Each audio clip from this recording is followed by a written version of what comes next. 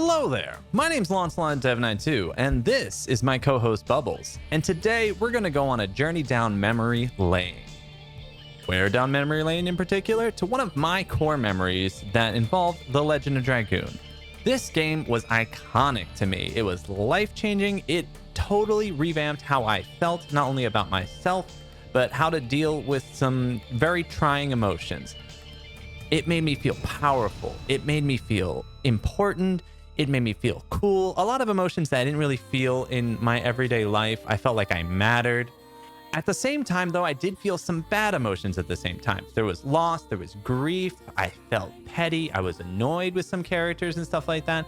And I don't feel like I really compartmentalized. I never dealt with those things properly. And I feel like I am a well-rounded adult now. And maybe I actually had an idea. What if I go back and I rewrite some of these memories and recompartmentalize them? I can relive some nostalgia, and maybe you can too at the same time. Go into your core memories and throw out the garbage, or just relive some nostalgia with me. Hopefully you enjoy this trip, but fair warning, this will have lots of spoilers. This will skip around the story. This is not a let's play. This is exclusively my feelings about the game and me reliving some of these things. Let's go. This start menu, love it, by the way. Don't know why. Probably just nostalgia. From here on out, we're going to go through the different scenes of the game. We're mostly going to go over how they impact me and how they were emotional to me. If you want a full playthrough of the game, you should probably watch someone else's let's play or summary of the game. But essentially what happens in this scene is you see a peaceful town, boom, violent takeover, magical girl gets imprisoned by these guys who have some strife. So it's this weird back and forth between peaceful, violent, and now peaceful again, and it just sets this weird tone of mystery, and you kind of want to figure out what's going on. Who's doing what? What's this random thing that pops it out of the forest? Oh look, she tells you. It's a dragon. But what the heck does the dragon have to do with anything? Cut to Chapter 1, Serdian War. I don't know why, but I really like the chapter segmenting of some older games that I used to play. Then we're looking at our main character, Dart. Tells you the name immediately. He's complaining about war. Hears a bunch of noise, comes out to check on what's going on, gets accosted by these two guards, which we can assume are the same people that were leaving that raid. Dart's like, nah, I don't want none of this. You're going to pull your spear on me? Boom! And this is one of the main reasons I resonated so hard with Dart. He was bold in a way I never was as a kid.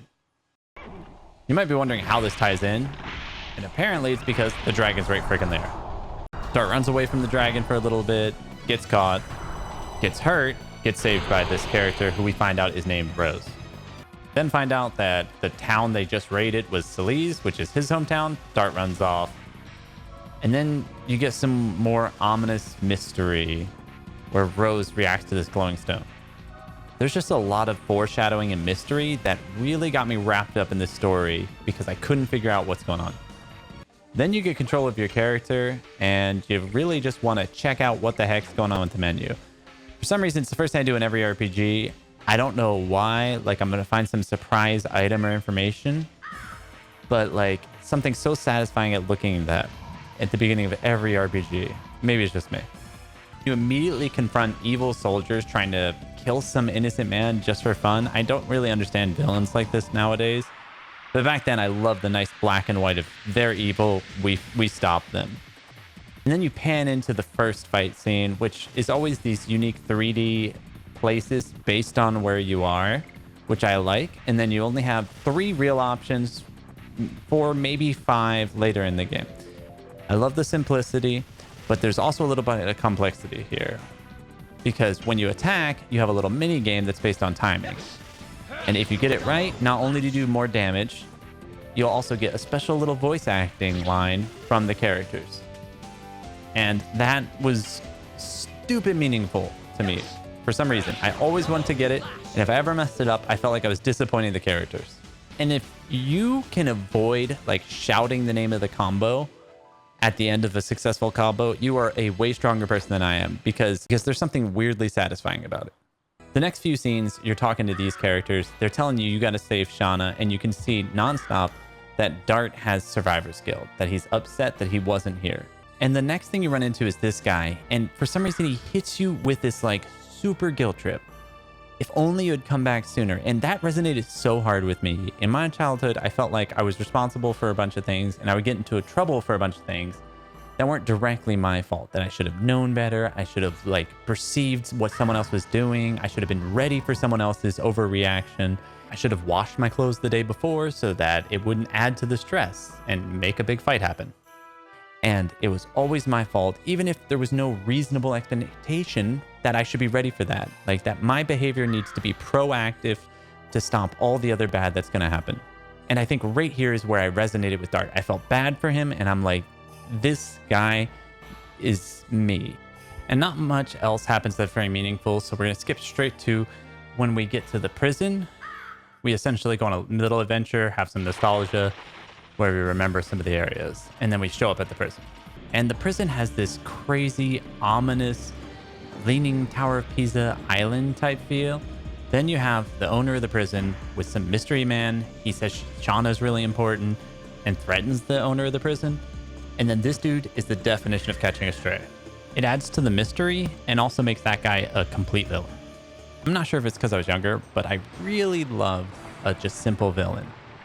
And then we sneak into the prison. Here comes the second combo. Volcano! What better intro could there be to Lavitz than a prison guard calling him a silly guy?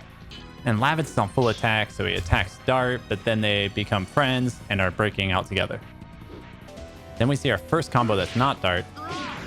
Harpoon! And though the prison is huge and maze-like, we eventually find Shauna. This weird, nostalgic, childhood music, which I really do love. Then there's this recurring theme that she's not a kid anymore and she can handle herself.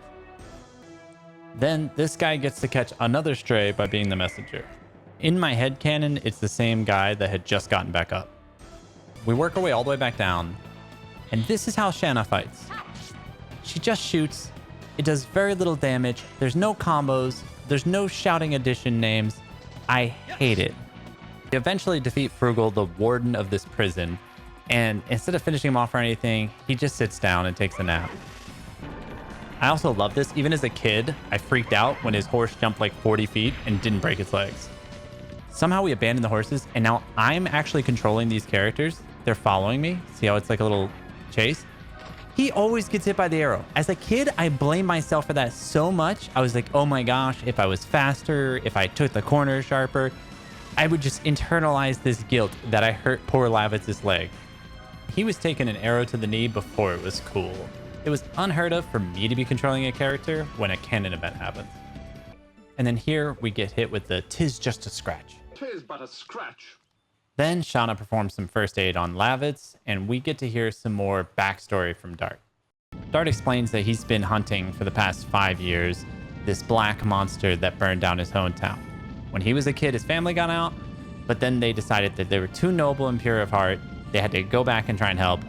Everyone was dead. Dart's the only one who survives. And the only thing he has to remember his family by is his dad's memento. Look, shiny rock. Lavitz always said all these good wife things to Shauna. And I remember as a kid, I always hoped that Lavitz would marry Shauna because that would take the pressure off of Dart. And that just works for me because I identify as Dart and I identify Shanna as my real life sister because she was inept and needed to be taken care of. And she was special, but not through any feat that she did, but just because she existed. And a lot of this was petty feelings that I had as a kid because my sister had cancer. And so she had a lot of difficulties, inherent difficulties that weren't even her fault either, and got special treatment from my parents. And here's where Lavitz really starts to show that he's a bro. There's this family that was apparently an optional event. Never really knew that. But he says that no matter where they're from, they're his allies. They're his friends. So they need to go to the castle and King Albert will help them, even though they're citizens of the opposing country. And you may think the minigame gets boring, but occasionally the notes will turn red, meaning you have to hit a different button on your controller, but still with the same timing. And that always kept it spicy for me. Here's another Lavitz combo.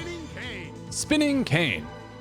And here's another example of Dart being extra careful on behalf of Shanna to make sure she's safe. Ironically enough, Lavitz is actually the one who slips, and Dart has to save him. And weirdly enough, I'm realizing this in hindsight, that I always blame Shauna for not trying to help instead of thinking it's stupid that I have to save Lavitz. And here we get a little bit of foreshadowing about how long their friendship's going to be. This silly bro handshake, which I just loved so much as a kid for some reason, which I realized in part might have been because I was being petty, and I was really happy that Shauna was left out. Immediately afterwards, you run into these fireflies, which Dart and Lavitz are really like reminiscing about. They're like, yeah, these fireflies are great. They're so helpful. And Shauna's just like, why am I left out? Somebody catch me up. If you can't tell, I had a lot of personal feelings about Shauna that was related to real life, not so much the game. And there's this goofy thing that happens in the first boss fight. Right as you're finishing, it always like stops what's going on. Everyone stops what's happening. And then Dart will do the finishing blow. And there's a super dramatic snake dying scene, which makes it very obvious he's done. But then the snake hits you with a, but wait, there's more.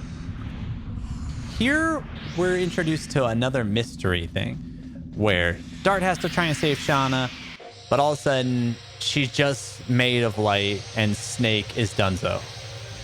And it made me mad because we did a big, long, hard boss fight, and all of a sudden Shauna comes out with some superpower that took zero effort on her part to just make all our work look like nothing. And here we get to our first town. It's Lavitz's hometown, and it's super exciting. Big town, lots of places to go. First building that you run into, there's this girl here, and she's painting. When you talk to her, she reveals that she loves Lavitz. He's super famous. Everyone's excited to talk to him. And it kind of gives you this secondhand excitement to be like this really tight friend with him. You became friends with him with no knowledge of his background, and it just meant something to me. It kind of felt like Lavitz was the cool kid in school, and he could have been friends with anybody, and he still chose me. Here you find out that Lavitz is actually close friends with King Albert. And here, Dart immediately asks him for a favor after he's done thanking us for saving Lavitz. It's exactly what you would hope it would be. Can you take Shauna, please? And he says no, which is pretty heartbreaking. But we then ask the minister, who apparently knows everything about history, for a little bit of history on the black monster. He says the only thing he really knows is that it devoured gods. And then he gets totally off topic and says that the history comes from around the same time as the Dragon War, and just tells us about that instead. To be fair, it had really sick voice acting. As if they were gods, Winglies ruled over all living creatures. Then we have this scene on the balcony where essentially Dart has an epiphany where he's like, he's been living only for himself, and there's all these people struggling and all this strife with the war, and he wants to join Lavitz to go help him and forget about the black monster for now. And I could cry just thinking about this, but Lavitz has the most wholesome relationship with his mom. It's very stereotypical where the mom wants to be all lovey-dovey and he's gone all the time, and she's just really worried about him. And we find out shortly that his dad died in the service to the king, and now he's gone doing that all the time, and his mom's just at home alone. And then there's this part where she's excited because she sees Shauna and thinks it's Lavitz's wife. And in my mind, it is, and they're canon.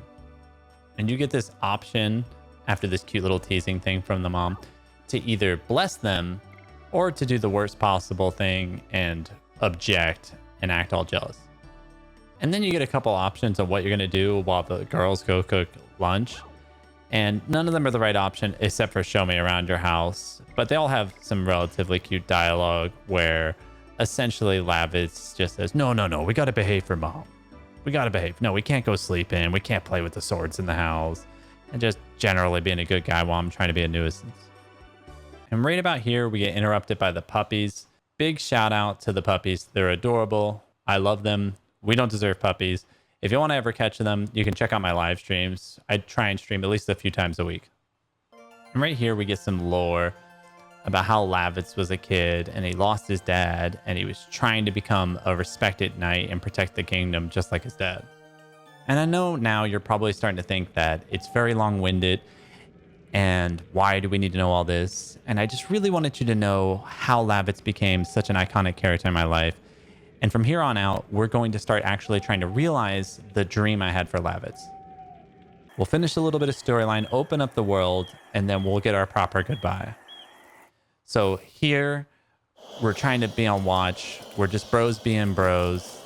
And then all of a sudden, all heck breaks loose. It bugs me so much to have forced losses, but this scene is still pretty iconic. So you're beating Congo, which is the guy that's standing there beating you up. And then all of a sudden, he's beating you. But then, boom, purple armored dragon lady comes out of nowhere and saves your butt. Then she proceeds to tell you that you're actually a special boy and turn you into a dragon also. And I don't know why, but there's something about magical girl transformation sequences, whether you're going Super Saiyan or unlocking some new power or something, that have always been so satisfying to me. And this might be part of the reason why.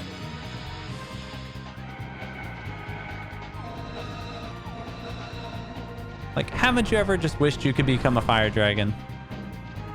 And then you wake up to Shauna yelling at Rose, which is just so Shauna of her. And Rose is like, I ain't got time for none of this, because she's obviously Mother, goth babe, who's just super awesome. And then you get the opportunity to say she's either important to you or that she saved your life once. And obviously you pick important because you're trying to make Shauna as jealous as possible. And then one of the most glorious moments in any young person's life comes up.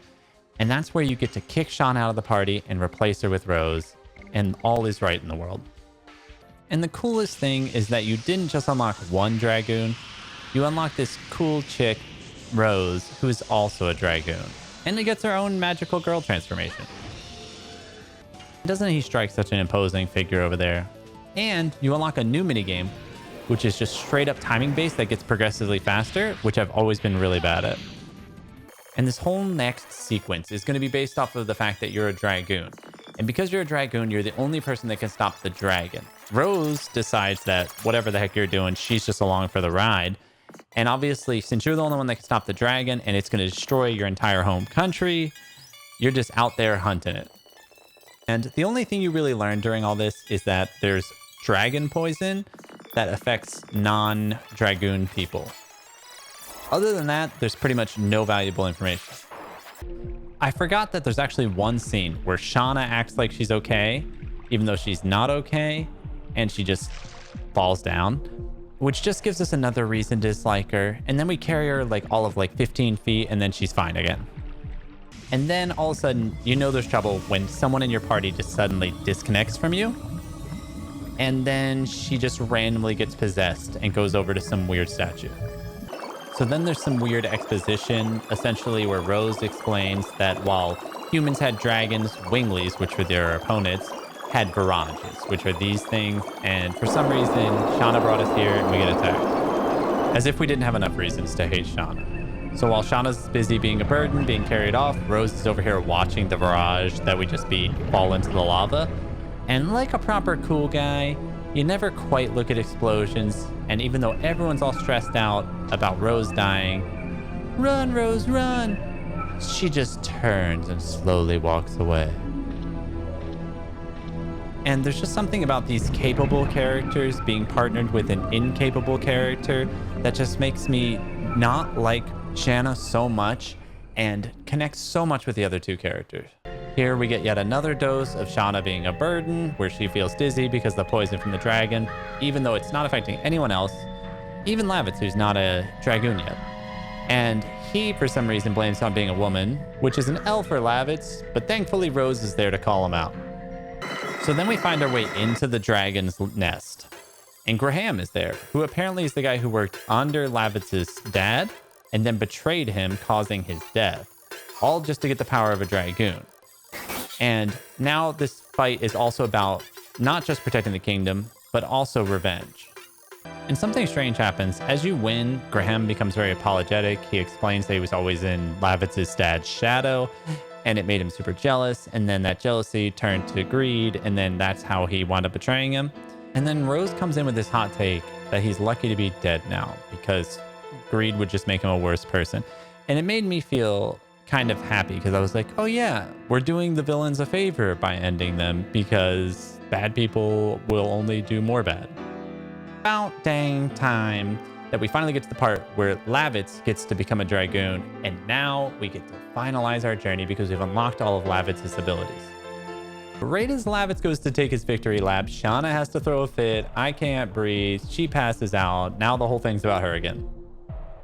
And now we get to officially leave Shauna behind. She stays in the care of this doctor for a while. So we unlock a new area and a bunch of new items. So what we do is we perma-grind at 10x to unlock everything for Lavitz. Best items, best magic, best additions. And part of me always thought as a kid that if I could somehow make Lavitz strong enough, that he would be able to survive anything. And at the same time, if we make Dart strong enough, maybe he can win his tournament, which, little spoiler, is against the person who kills Lavitz. Then we are interrupted by one of my chatters who actually appreciates Shauna, which is Seraphina. Questionable take, but otherwise she's pretty awesome. On a more positive note, we are interrupted by so much good puppy love. Then we go back to a couple more hours of grinding, which I don't show all the footage because even when I was trying to speed it up, it kept crashing my video editor because it was too much to fit in such a small time. But we finished the storyline 2, which unlocks Shauna's special magic stone, which is going to cure her and turn her into a Dragoon, which she doesn't deserve. Before reporting back to the king, we decided to join this tournament. Only Dart's allowed in because it'd be unfair for Rose and Lavitz to join. We do meet Heschel, who is a previous traveling companion of Dart, and we just breeze through it. At the end of this tournament, you fight against someone who's really strong, but I've been farming so much with Lavitz, I knew I could win it. And it turns out you can't. He doesn't take damage. It's Lloyd here. And Lloyd is a monster. He's the guy who kills Lavitz. I tried to be super strong. I tried every form of damage I possibly could. He cannot take damage, and he one-shots you after a couple turns. I was very mad. Part of me was just hoping that you could get a little tiny W over this guy by beating him in this friendly competition. Over here. But he just taunts you with his overhears and winds up wrecking you. And then even though we're totally defeated, in Dart's words, Lavitz still talks to us afterwards about how much Shauna likes us and how we should get drinks after the war ends, but we both know that's never going to happen. As we're trying to leave to go back and report to King Albert that we defeated the dragon and everything's going to go great from here on, we find the soldier. He says that the king got taken to Helena, which is the prison, and that Vale has been taken over, and Lavitz starts foaming at the mouth. Freaks out, tries to run off. The only thing stopping him is that Hassel shows up, which is our old teacher and adventuring companion, and punches Lavitz in the gut.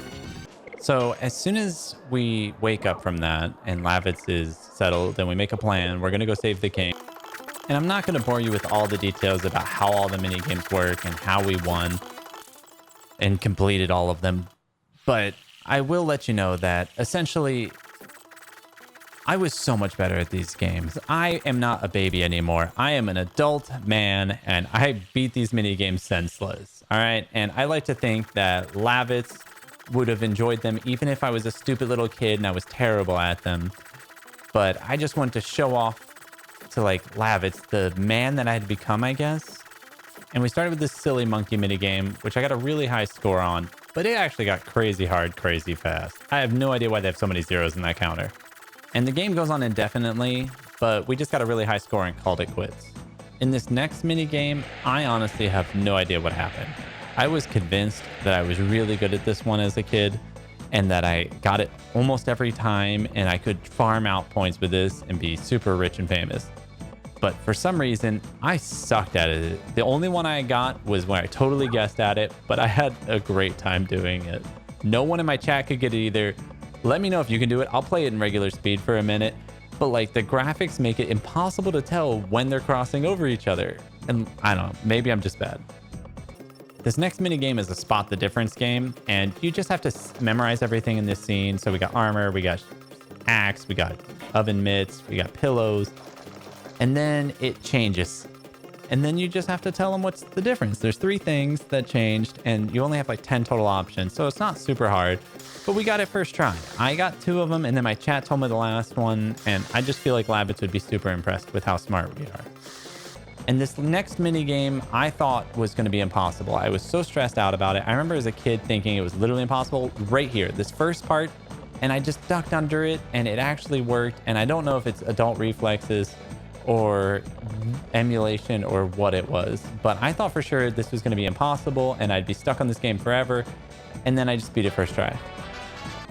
And I'm going to try not to break up here, but I had this idea in my mind that once we had done everything you could do, we played all the games with Lavitz, we had bought everything, he had all the most powerful attacks, we'd come back and we'd show his mom how strong he was and how accomplished he was and how he had such a balanced life with friends and everything. And when we got back, the town had been conquered and you can't go in. I thought maybe I just had never gone back, but apparently even if you go back, you can't go in the town. And so then we just waved goodbye here on the road to our mom.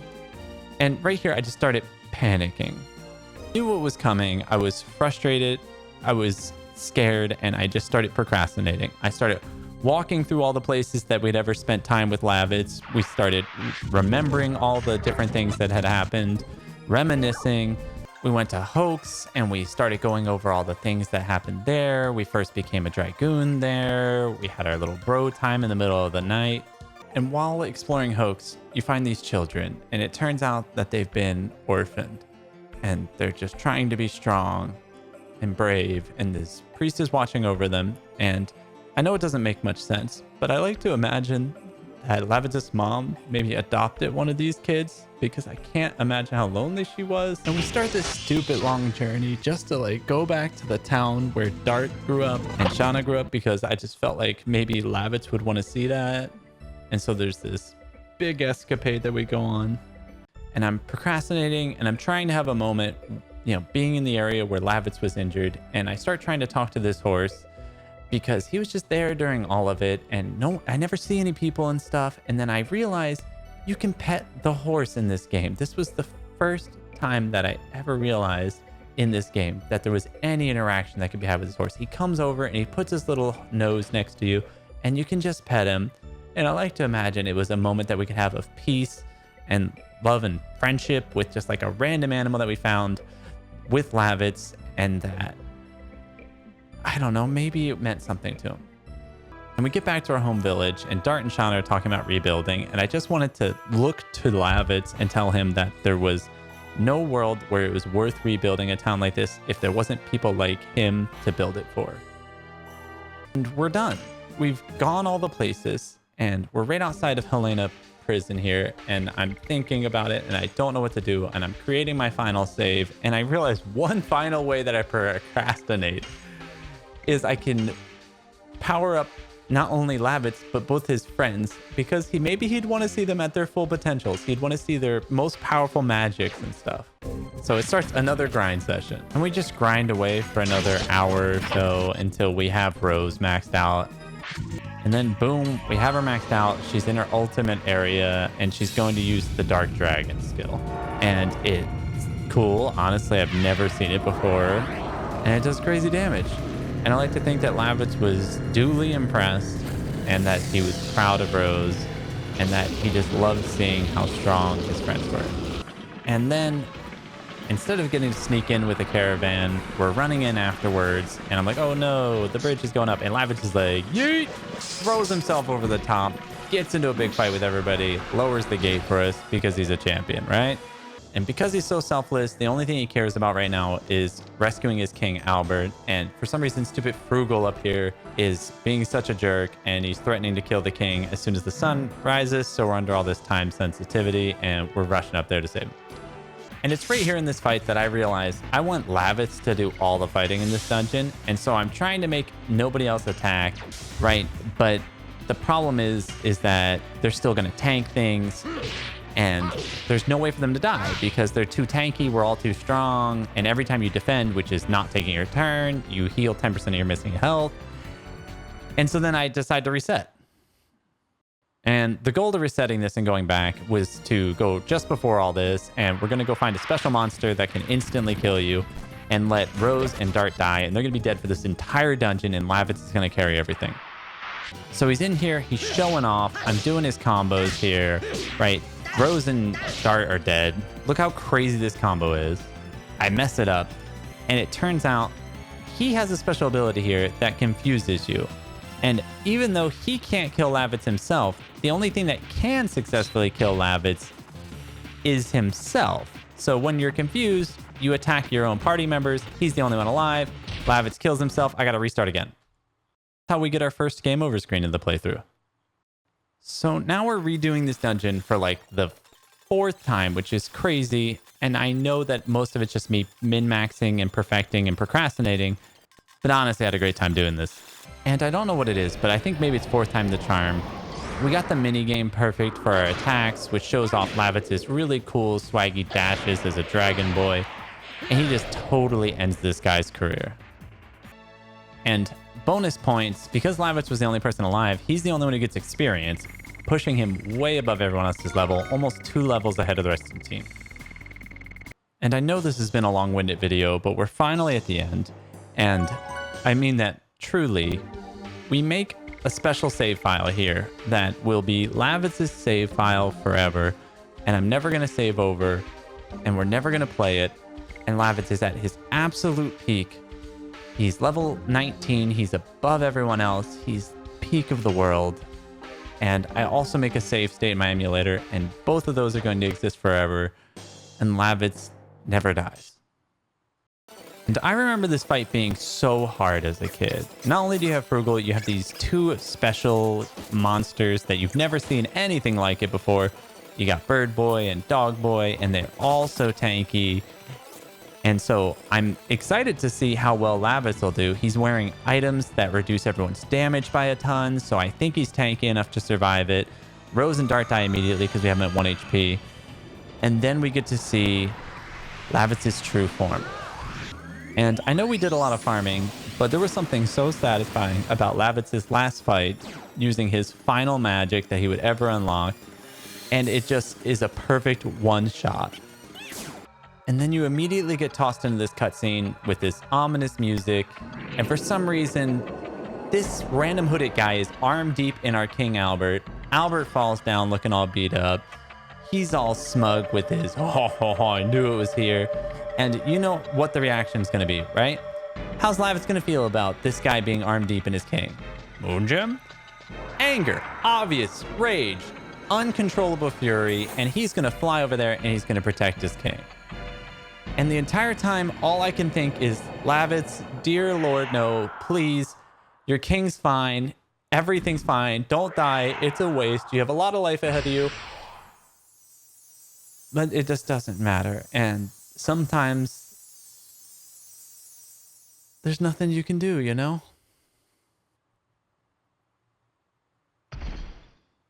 And then Dart's upset, and he's, Lavitz! And I'm not crying, you're crying, and hang on there. And I don't know why, but like, first thing he's worried about is the king. And it's just so selfless all the time, man. It's just really hard. And then this, he hits you with this. I can entrust you with everything. I don't know why you trust us so much. We don't deserve it, you know? Albert's crying. And all he has is good words to say at the end. Survive and... What? He wants me to survive and what? Why are you leaving this on me? I got enough survivor's guilt as it is, and I don't know what to do. And it's just hard, man. And I know this also isn't Albert's fault. And, you know, Lavitz wouldn't want me to do this. And I'm trying to be a bigger man this playthrough. But, like, his Dragonstone goes to Albert, the king. And he just replaces Lavitz like he was never there. Like, he has his HP, he has all his additions, all his armor and items, and all his progress. And I know for game design's sake, it makes it feel like you didn't waste anything. But it just, I'm just so spiteful about it.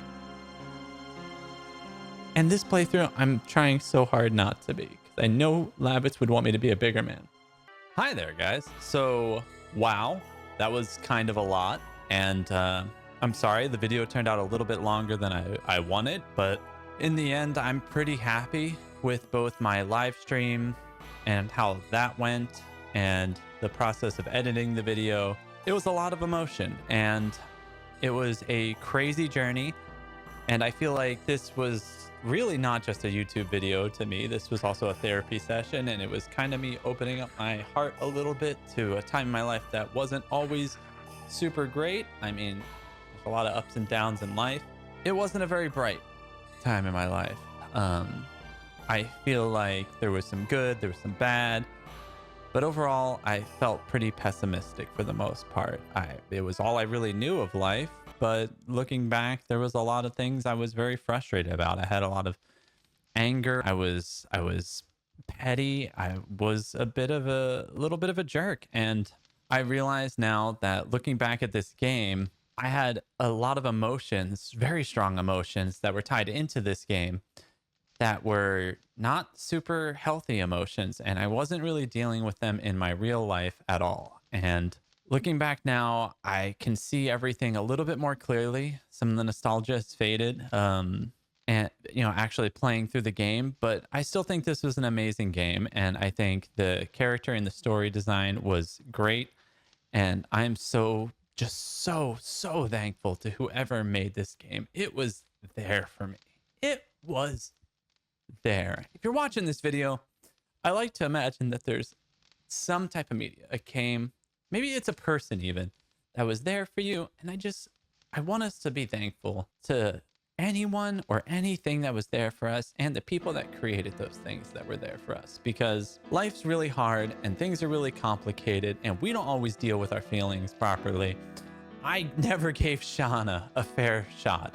She reminded me too much of someone in my real life. I'm older now, and I like to think I'm wiser now and have a much healthier relationship with that person. And I like to think that I've come to terms with the loss of Lavitz and the fact that I've lost other people in my life to tragic circumstance. And it was before their time. And I really wish that everything was the same as this, where I can procrastinate, I can go back, and I can make the most of that time. But the truth is, seldom can we. Seldom can we change the experiences of our life, and never can we get back those moments where something or someone that we loved is gone forever. And I want to use this as a memory to always do my best to not let the little things in life get me away from the person that I want to be. I never want to be that petty person to people that really matter, and I always want to make the most of it, because you never know when it's going to be your last moment, whether it's with a party member in a game or whether it's with someone that you really care about in real life. And this experience has been, it's been great. It's been amazing. Thank you everybody who joined in for the live streams. Thank you all of you who watched this video. Thank you for watching. I don't care how much of it you watched, and I don't care if you watch it at all, but if you did watch it, I really appreciate it. This journey, just even the imagination of putting this out there for other people to see, the expectation that I'm presenting this for you on the internet just gave me an entirely different outlook on how I perceive these emotions. It allowed me to be very introspective, and I feel like this is a beautiful thing that I can tuck away and just live with for the rest of my life. Thank you guys for being here for the journey, and I hope that you guys feel free to share anything that you have in the comments below. I mean, as long as obviously it's appropriate for moderation and stuff like that. And just remember, you're special, you're loved, even if it's by people that you don't know yet. I appreciate you guys, and I hope you guys have a great day. But don't forget, because I'm vegan, I'm better than you, and I'm signing off. See ya. All right, out of frame.